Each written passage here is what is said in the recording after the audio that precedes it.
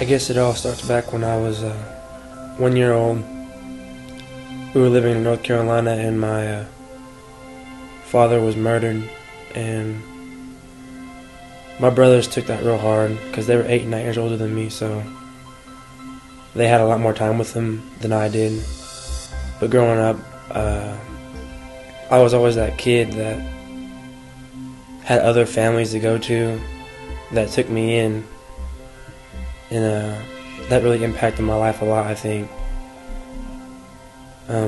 It's always been hard not having a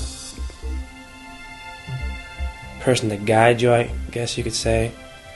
I guess I always had someone to guide me, honestly, and that was God. Even though I've went through a lot of things,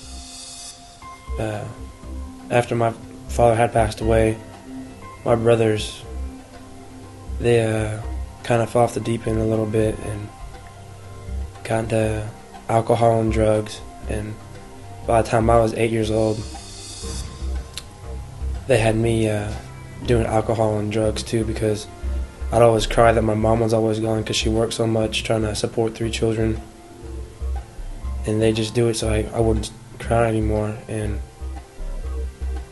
I want to say it was 4th grade, I was pulled into the elementary office by my principal, and they were asking me all these questions, and I was almost taken away by DHS, and thank God I wasn't. But I think I realized that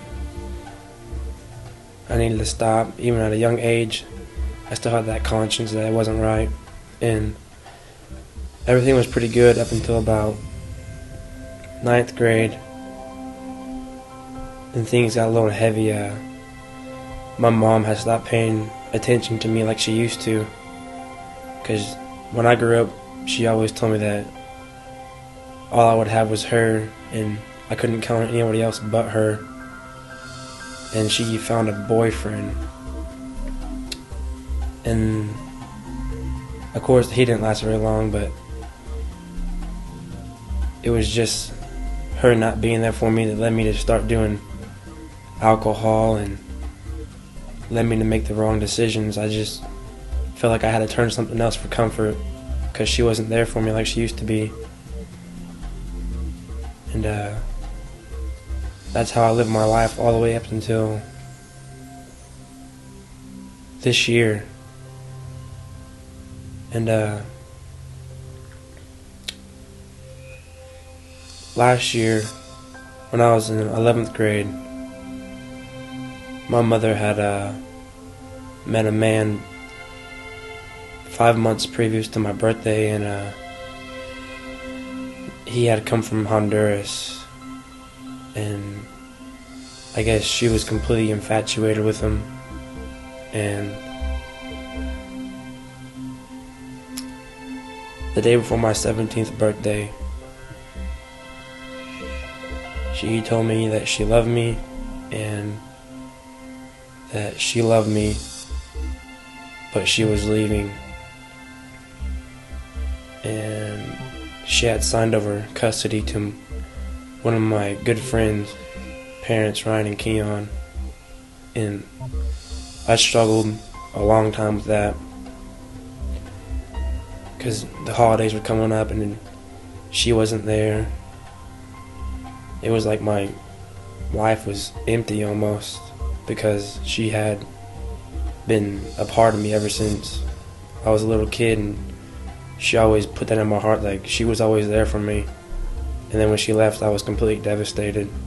I remember crying nights about it, and I prayed and I asked God why, because he had already taken my father, and then now my mother was gone. And this summer, things had started getting really heavy. And then one of my really good friends, Ryder, had came back from Falls Creek, and he was just like, he said one sentence to me, and it completely changed my life.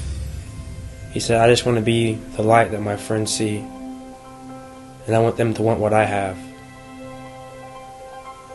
And ever since then, I've never looked back, and I've never wanted to do anything that I've done in my past. I know God's forgiven me everything that I've done, and He's reborn me to being a servant for Him. And that was on July 9th, I believe. And the next month, following August 9th, I had gotten baptized. And God's putting so many blessings in my life and so many opportunities in my life to just praise Him and give Him glory.